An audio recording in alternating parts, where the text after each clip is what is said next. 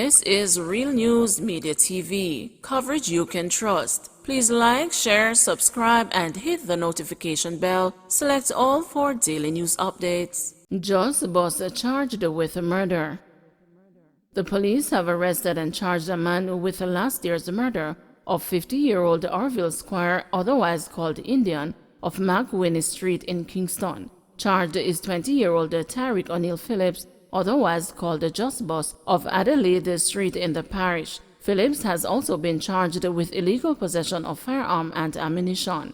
Reports are that about 2:55 p.m., Squire was standing along the roadway when a motorbike with Phillips as the pillion aboard drove up. Phillips allegedly opened gunfire, hitting Squire to the head. The incident happened along Victoria Avenue on Tuesday, December 28, 2021. Squire was taken to the hospital where he was pronounced dead. The police said Phillips was apprehended on Thursday, February 10, during an operation and placed on an ID parade where he was positively identified as the shooter. He was subsequently charged on Saturday, February 19. His court date is being finalized. 43-year-old Whitehall man gone missing. 43-year-old Dean Williams of Whitehall in Kingston 8 has been missing since Monday, February 14. He is of dark complexion, stout build, and about 170 centimeters or 5 feet 7 inches tall. Reports from the Constant Spring Police are that about 6 a.m., Williams was last seen alone in his community wearing a black shirt, blue jeans, and a pair of red slippers. He has not been heard from since. Anyone knowing the whereabouts of Dean Williams is being asked to contact the Constant Spring Police at 924-1421, 119 police emergency number, or the nearest police station. Newman denies reports that taxi operators have raised the fares. Edgerton Newman, president of the Transport Operators Development Sustainable Services, has categorically denied anecdotal reports that taxi operators have increased their fares independently and are overcharging members of the public. There is no credible evidence that any member of the Transport Operators Development Sustainable Services are increasing their fares since an announcement by Minister Audley Shaw that there will be a fare adjustment in the near future, Newman said. Newman warned public passenger vehicle operators against any attempt to overcharge members of the public. Let it be very clear, any member of the commuting public who is being overcharged by operators, we urge you to report same to the police, the Transport Authority, or call Todd's Investigative Disciplinary and Monitoring Panel hotline at 876-562-7111. Last week, Minister of Transport and Mining Audley Shaw hinted that there will be an increase in bus and taxi fares in the near future. His announcement comes 6 months after there was a 15% hike in fares, which saw commuters paying $115 en route taxis and coaster buses, up from $100 per trip in the Kingston Metropolitan Transport Region. He made the announcement at the launch of the pension program for public transport operators at the VM Group's Halfway Tree Road headquarters on Thursday. Commuters have complained via social media that some PPV operators have been requesting up to 50% more. Taxi operators were granted a fare increase in August last year. However, some taxi operators have been complaining about being hard hit by the sharp increase in fuel prices. In the meantime, the Transport Authority is asking members of the public to report any incidents of overcharging immediately. We have a WhatsApp number 876-551-8196 that we give them to call in and give us the license of the vehicles they are having a problem with, and we will investigate, said Merdina Colum, the communications manager at the authority. Man charged after alleged murder plot. A man who allegedly plotted and attempted to kill a businessman is now facing several charges in relation to the incident which occurred in Tavares Gardens in Kingston on Saturday, January 22. Arrested and charged is 32-year-old Anthony Fisher, a carpenter of Johns Lane in the parish. Fisher has been charged with conspiracy to commit murder, wounding with intent, illegal possession of firearm and ammunition. Reports are that about 10:30 p.m., The victim was opening his business place when he was approached by a lone man armed with a firearm, who opened a gunfire, hitting him multiple times to the upper body. The injured man reportedly ran to avoid further injuries. However, he collapsed along the roadway. He was taken to the hospital where he was admitted in a serious condition. The police said the car that was used in the attack was tracked and the Fisher was found in the vehicle. He was immediately arrested and his cell phone seized and sent to the Communications Forensics and the Cybercrime Division of the Jamaica Constabulary Force for analysis, which uncovered confidential material plotting the attack on the victim, the police said. Fisher was charged following a question-and-answer interview.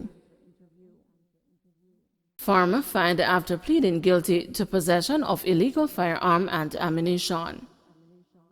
A St. Elizabeth farmer who was held in October 2019 with an illegal firearm and ammunition and who pleaded guilty to the charges last year was hit with a $1.7 million fine in the Western Regional Gun Court. He's Jonathan Chung of Newtown, Black River.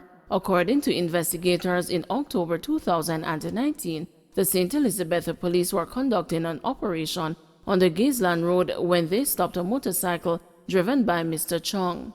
During a search, a firearm with a magazine containing 9 rounds of ammunition, ganja, and a quantity of money was found in a bag in his possession. Mr. Chung was escorted to the Black River Police Station where he was questioned and charged. He was fined $1.5 million or 4 years for gun possession and $250,000 for ammunition possession when he appeared in the Western Regional Gun Court on February 17. Mr. Chung is also facing a charge of murder in connection with the March 2018 killing of Shamar Barracks of Black River. Investigators say the gun with which he was reportedly held in 2019 is linked to the shooting death of Mr. Barracks. Killer of UWI lecturer in 2007 given some consideration. A man who was convicted of the 2007 murder of University of the West Indies lecturer Dr. Peter Vogel was on Friday ordered to serve 10 years in prison before being eligible for parole consideration. The convict, Calvin Donner, successfully appealed his September 2017 sentence, which ordered that he should be imprisoned for 25 years with a stipulation that he serve a minimum of 15 years before being eligible for parole consideration. Vogel, 60, was found dead at his home in College Commons, St. Andrew, on July 19, 2007. A forensic pathologist gave evidence at the trial, at which Donner's girlfriend, Yanika Scott, was also tried and convicted, that Vogel's cause of death was asphyxia secondary to smothering and strangulation. The Court of Appeal agreed with Donner that the sentencing judge did not weigh the fact that he, Donner, spent 9 years in custody awaiting trial. After affirming the 25 years of imprisonment, the appeal court ordered that the stipulation that Donner serve 15 years before becoming parole is set aside. In arriving at the 10 years before the convict becomes eligible for parole consideration, the court said it credited him 5 out of the 9 years he spent in pretrial custody. The sentence is reckoned to have started on September 29, 2017, ordered the Court of Appeal. This means that Donner will leave prison in 2027 if he qualifies for and is granted parole.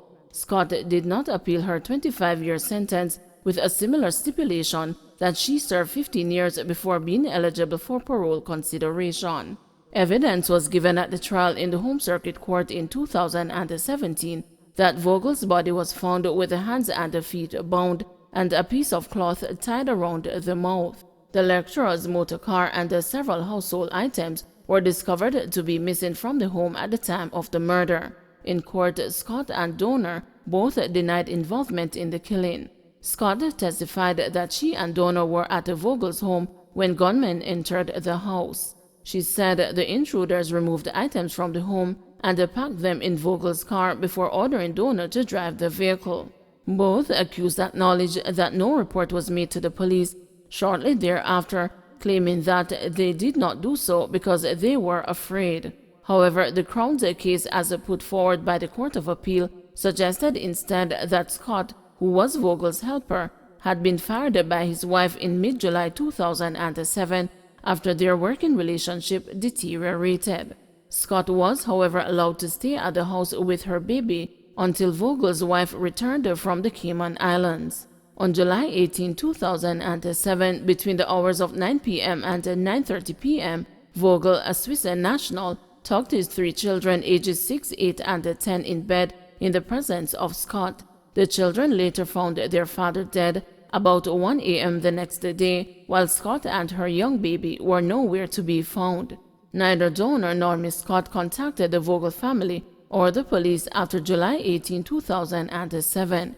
They moved from their usual place of abode, and Miss Scott stole the identity of another person, which she utilized up to the time of her arrest, stated the 12-page Court of Appeal judgment. Donor was apprehended on November 13, 2008, and later charged while Scott was arrested on May 12, 2012. Vogel worked in the Department of Life Sciences at the University of the West Indies and was one of the leading researchers on rare animals in Jamaica at the time of his death. Search on for suspects who stole Wi-Fi access point in St. Andrew. The police are searching for a criminal or criminals who made off with an access point from a free Wi-Fi facility that was scheduled to be launched last week in the Stony Hill area of the West Rural St. Andrew constituency. Speaking at Thursday's launch of another access point in Golden Spring, also in West Rural St. Andrew, Chief Executive Officer of the Universal Service Fund, Daniel Dawes, rapped the culprit or culprits who made off with the equipment. He also called on the police to conduct a thorough investigation in a bid to arrest those responsible. Somebody without any conscience went and stole one of the access points. We have been rolling out these things throughout Jamaica, starting all the way from Seafort Town in St. Thomas, all the way into Westmoreland, and we have never had one case of anybody taking what is not theirs, said a furious Dawes. We must make an example of that individual or those persons. It ought not to happen, he declared. The USF's Community Connect Wi-Fi portal project aims to erect 189 Wi-Fi hotspots across communities locally.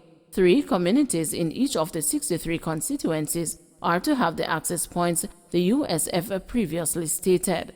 According to Dawes, $7.5 million was spent to outfit the West Rural St. Andrew constituency to be able to provide the Wi-Fi services. This is not a joke business. This is not mango and oranges. This is a tool to provide enhancement and enrichment to the lives of our Jamaican people, asserted Dawes. He pleaded with the residents to give information on the culprits to the police or Member of Parliament for West Rural St. Andrew Juliet Cuthbert Flynn. A similar call for information was also made by Corporal Gregory Bennett, head of the Stony Hill Police. For Cuthbert Flynn, the theft of the access point was heartbreaking. Whoever took it, bring it back, leave it somewhere that we will know, pleaded the parliamentarian on Thursday. These things are also very expensive, and it's for the good of the community for development, she further lamented. Don't forget to like, share, subscribe, and hit the notification bell. Select all for daily news updates.